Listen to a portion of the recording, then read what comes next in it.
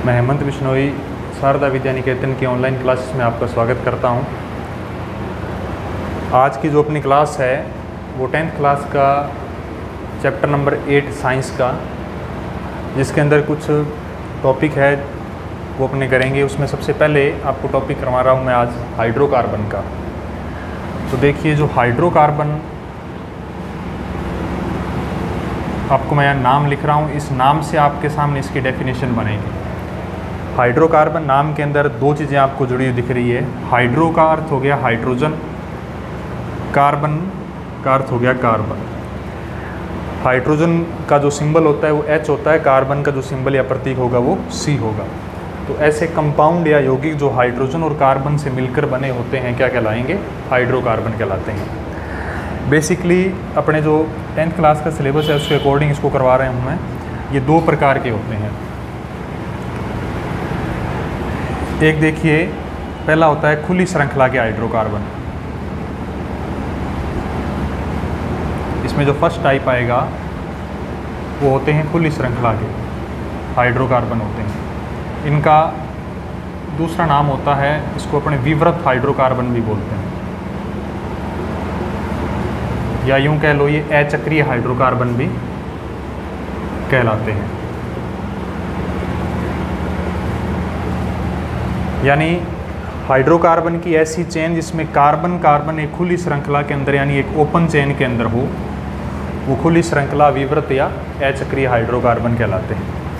ठीक इसके अपोजिट जो दूसरा टाइप है वो होता है चक्रीय हाइड्रोकार्बन का। चक्रीय हाइड्रोकार्बन होते हैं, इनको अपने संवृत हाइड्रोकार्बन भी बोलते हैं, या इनको बंद श्रृंखला के हाइड्रोकार्बन कहते हैं। यानी जब हाइड्रोकार्बन कंपाउंड आप लिख रहे हो तो उसके अंदर कार्बन कार्बन एक सर्किल के अंदर, घेरे के अंदर पाए जाते हैं। कितने भी कार्बन हो एक सर्किल या घेरे के अंदर पाए जाएंगे, वो कहलाते हैं चक्रीय, संवृत या फिर बंद श्रृंखला के हाइड्रोकार्बन। अब देखिए, ये जो खुली श्रृंखला के हाइड्रोकार्बन है ये आगे दो प्रकार के होंगे। एक आते हैं संतृप्त हाइड्रोकार्बन, जिनको अपने बोलते हैं सैचुरेटेड, और दूसरे होते हैं असंतृप्त हाइड्रोकार्बन।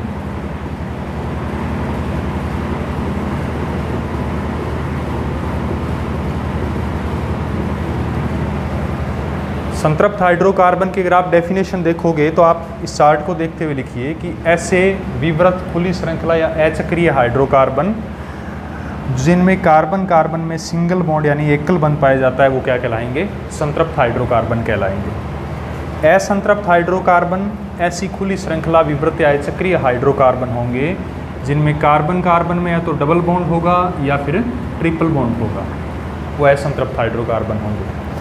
संतृप्त हाइड्रोकार्बन का जो एग्जाम्पल होता है, इसके अंदर एल्केन श्रेणी के जितने भी कंपाउंड आएंगे एल्केन के होते हैं। एल्केन श्रेणी के सारे यौगिक क्या कहलाएंगे? संतृप्त हाइड्रोकार्बन। तो अगर आपसे एल्केन की डेफिनेशन पूछी जाए तो सिर्फ आप इस फ्लो चार्ट के अकॉर्डिंग बता सकते हो, ऐसे संतृप्त हाइड्रोकार्बन जिनमें कार्बन कार्बन में सिंगल बॉन्ड यानी एकल बंध पाया जाता है क्या कहलाएंगे? एल्केन कहलाएंगे। अगर आपसे असंतृप्त की डेफिनेशन पूछी जाए तो ऐसी खुली श्रृंखला, ऐसे विवृत हाइड्रोकार्बन जिनमें कार्बन कार्बन में द्विबंध या त्रिबंध हो, असंतृप्त हाइड्रोकार्बन कहलाते हैं। इसके आगे दो एग्जाम्पल आपको देखने को मिलेंगे। अगर आप डबल बॉन्ड की बात करो, कार्बन कार्बन में अगर आपके पास द्विबंध है तो इसके लिए एग्जाम्पल बनता है अपने पास एल्कीन का। इसके लिए एग्जाम्पल बनेगा अपने पास एल्कीन का। तो एल्कीन की डेफिनेशन आप क्या लिखी जाएगी?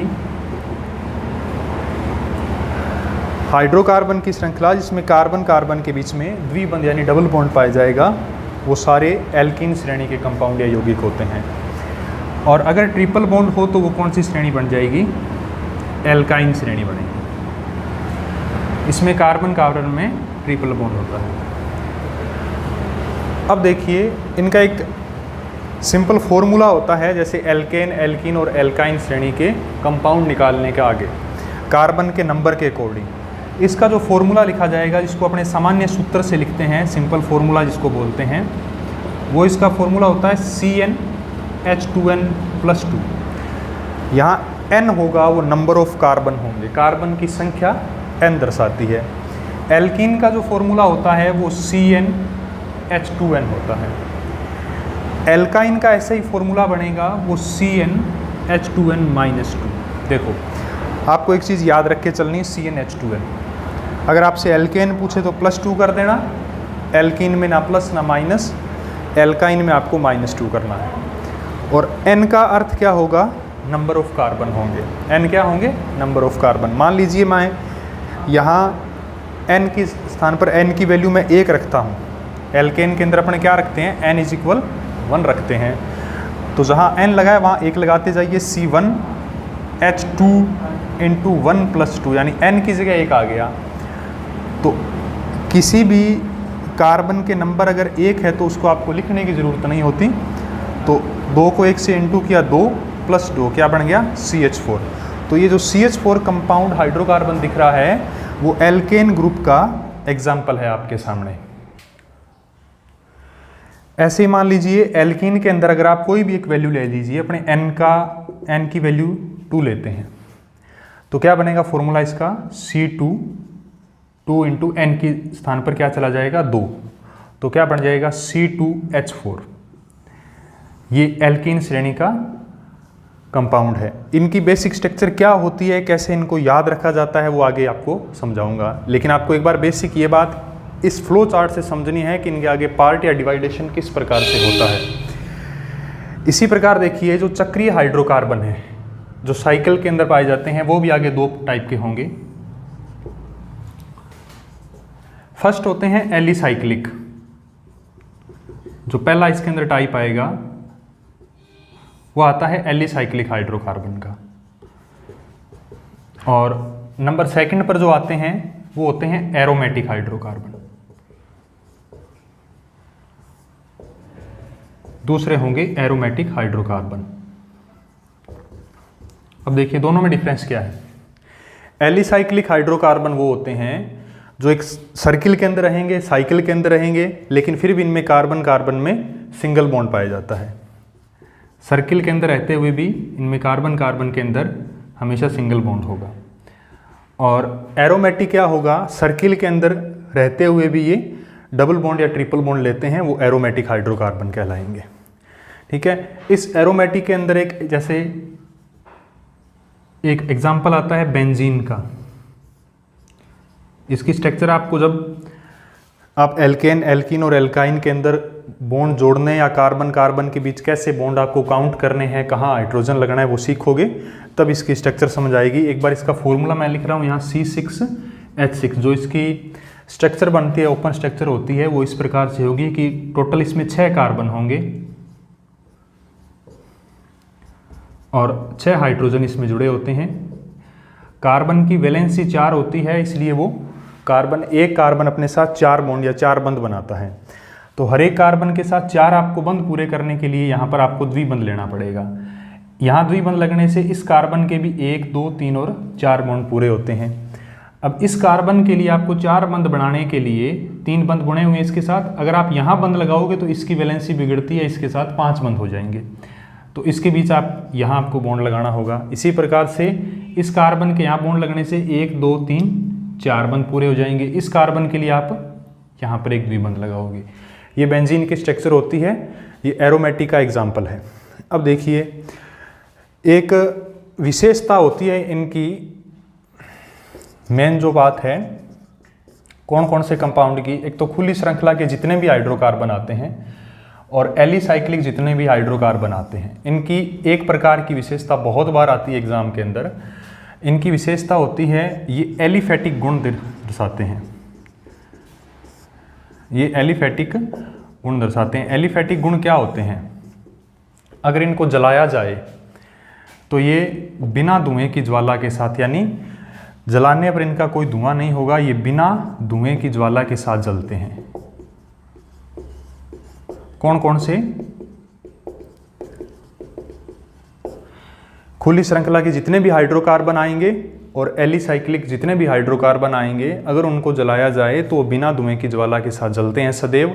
इनकी यही विशेषता एलिफैटिक गुण दर्शाता है। और ये एरोमेटिक होते हैं, इनमें एक एरोमा की सुगंध आती है, इसलिए इनके अंदर ये विशेषता होती है कि एरोमेटिक हाइड्रोकार्बन है। ये इसकी बेसिक एक फ्लो चार्ट की स्ट्रक्चर होती है। आगे इनके जो मान लीजिए इस एल्केन में कौन कौन से मेंबर आते हैं, कौन कौन से कंपाउंड इसके अंदर लिखे जाएंगे, एल्कीन की सभी कंपाउंड की स्ट्रक्चर कैसे बनती है, एल्काइन की सभी कंपाउंड की स्ट्रक्चर कैसे बनती है, एलिसाइक्लिक की कैसे बनती है, एरोमेटिक कैसे बनती है, वो अपने नेक्स्ट पार्ट के अंदर जरूर करेंगे। लेकिन इसके अंदर सबसे पहले अपने को इसकी बेसिक स्ट्रक्चर करनी होगी। दोबारा थोड़ा मैं रिपीट कर रहा हूँ एक बार गौर से। हाइड्रोकार्बन ऐसे कंपाउंड या यौगिक जो हाइड्रोजन और कार्बन से मिलकर बने होते हैं। सिर्फ आपको नाम से डेफिनेशन पता होनी चाहिए, हाइड्रोकार्बन कहलाएंगे। अगर इसकी स्ट्रक्चर खोलें फ्लो चार्ट के अंदर तो ये दो प्रकार के होंगे। एक तो खुली श्रृंखला के, जिनका अपने विव्रत यानी बिना व्रत के, ओपन चेन बोलते हैं इसको अपने, या अचक्रीय यानी बिना चक्र के हाइड्रोकार्बन। ऐसे हाइड्रोकार्बन जिनमें कार्बन कार्बन एक बंद श्रृंखला में नहीं पाए जाते, एक खुली स्ट्रक्चर में पाए जाते हैं, वो खुली श्रृंखला के विव्रत या फिर अचक्रीय हाइड्रोकार्बन कहलाएंगे। दूसरे टाइप होता है चक्रीय, संवृत या फिर बंद श्रृंखला के हाइड्रोकार्बन। हाइड्रोकार्बन की एक ऐसी श्रृंखला जिसमें कार्बन कार्बन एक सर्किल के अंदर, घेरे के अंदर पाए जाते हैं, वो चक्रीय हाइड्रोकार्बन या फिर संवृत हाइड्रोकार्बन कहलाते हैं। अब देखिए खुली श्रृंखला के जो हाइड्रोकार्बन थे आगे दो प्रकार के होते हैं, संतृप्त और असंतृप्त। संतृप्त वो होंगे इसमें पूरी श्रृंखला में सभी कार्बन कार्बन के बीच में एकल बंध पाए जाते हैं, वो संतृप्त हाइड्रोकार्बन कहलाते हैं। इनका एग्जाम्पल था अपने पास एल्केन। एल्केन की अगर आपसे डेफिनेशन पूछी जाए तो इसी फ्लो चार्ट से आपको देखनी है ये किसका टाइप है, संतृप्त हाइड्रोकार्बन का। यानी ऐसे संतृप्त हाइड्रोकार्बन जिनमें कार्बन कार्बन में सिंगल बॉन्ड पाया जाता है, एल्केन कहलाते हैं। फॉर्मूला पूछा जाए इनका तो इनका सामान्य सूत्र होगा CnH2n+2। इसके बाद देखिए असंतृप्त हाइड्रोकार्बन, ऐसी खुली श्रृंखला के हाइड्रोकार्बन जिनमें कार्बन कार्बन में कहीं भी एक द्विबंध या त्रिबंध, कम से कम एक भी द्विबंध या त्रिबंध आने से वो असंतृप्त चेन बन जाती है। अगर आप द्विबंध की बात करो तो किसी एक श्रृंखला में अगर द्विबंध आता है तो वो श्रृंखला या वो कंपाउंड या वो सीरीज एल्कीन कहलाती है। अगर कहीं भी एक कम से कम त्रिबंध आ जाता है तो वो सीरीज है वो क्या बन जाएगी, एल्काइन बन जाएगी। एल्कीन का जो फॉर्मूला बनता है वो CnH2n होता है। यहाँ तीनों फॉर्मूले के अंदर n है, वो नंबर ऑफ कार्बन बताता है, कार्बन की संख्या। एल्काइन की जो डेफिनेशन बनेगी, ऐसे असंतृप्त हाइड्रोकार्बन जिनमें कार्बन कार्बन में त्रिबंध यानी ट्रिपल बॉन्ड पाया जाता है, एल्काइन कहलाते हैं। इसका फॉर्मूला भी अपने पास CnH2n-2 है। ऐसे ही अपने चक्रीय हाइड्रोकार्बन के अंदर दो टाइप थे, एलिसाइक्लिक और एरोमेटिक हाइड्रोकार्बन। एलिसाइक्लिक ऐसे चक्रीय हाइड्रोकार्बन होते हैं जिनमें एक सर्किल में रहते हुए भी कार्बन कार्बन में सिंगल बॉन्ड पाया जाता है। एरोमेटिक ऐसे हाइड्रोकार्बन होंगे जो साइक्लिक होते हैं लेकिन उनमें द्विबंध या त्रिबंध आ सकता है। देखिए इसके बाद मैंने आपको एक खास विशेष बात बताई है कि जो ओपन चेन हाइड्रोकार्बन या एलिसाइक्लिक हाइड्रोकार्बन होते हैं, इन दोनों की एक कॉमन विशेषता है, कॉमन बात है, वो है इनके अंदर पाए जाने वाला एलिफैटिक गुण। ये एलिफैटिक गुण होता क्या है? ये गुण ये होता है कि किसी भी कंपाउंड को अगर आप जलाओगे तो वो बिना धुएं की ज्वाला के साथ जलता है, तो ये उनकी विशेषता एलिफैटिक कहलाती है।